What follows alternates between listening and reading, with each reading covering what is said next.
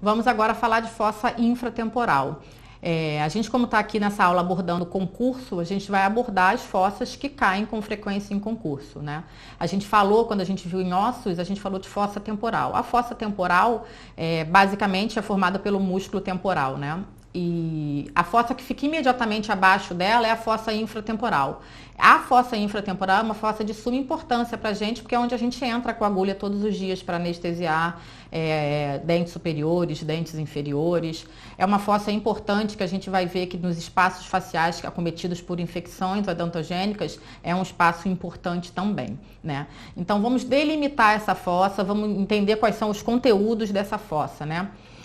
Então, fossa infratemporal, ela não tem uns limites ósseos muito precisos. Ela é uma região onde a gente penetra com a agulha diariamente. E quais são essas paredes? Quais são os limites dessa fossa infratemporal? O limite anterior dela é o túber da maxila. A fossa temporal, ela é bem rasa. A fossa infratemporal, ela se continua para baixo, mas não pelo lado de fora, é pelo lado de dentro. O limite mais lateral dela é justamente o ramo da mandíbula, mas não essa face lateral do ramo da mandíbula, e sim a face medial. Então, ela é essa região aqui dentro. O ramo da mandíbula é o limite dela, mas a face medial. Então, o limite inferior, por exemplo, a gente não tem parede óssea. Como é que a gente sabe onde essa fossa termina? Se ela termina aqui, aqui, se ela vai para o pescoço, qual é o limite ósseo dela? Não tem. Então, a gente traça uma tangente na margem inferior da mandíbula, daqui da margem inferior para baixo, não é mais fossa infratemporal. A gente já entra em espaços cervicais. O limite medial dela é aquele processo pterigóide. A gente vai ver na figura que é a face lateral do processo pterigóide do osso esfenoide. O limite anterior é o túber da maxila. O limite superior é o esfenoide, a asa maior do esfenoide, e o osso temporal. Quais são os conteúdos dessa fossa, né? A gente tem conteúdos musculares muito importantes e conteúdos nervosos e vasculares. A gente tem a artéria maxilar com quase todos os seus ramos. A gente tem o nervo mandibular, que é a terceira divisão do trigêmeo. Ele sai dentro da fossa infratemporal depois que ele passa pelo forame oval.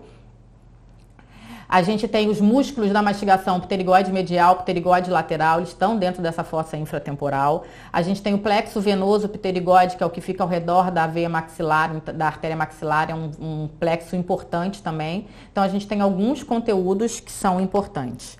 Vamos dar uma olhada nessa fossa. Então, aqui, ó, essa aí de cima é a fossa temporal.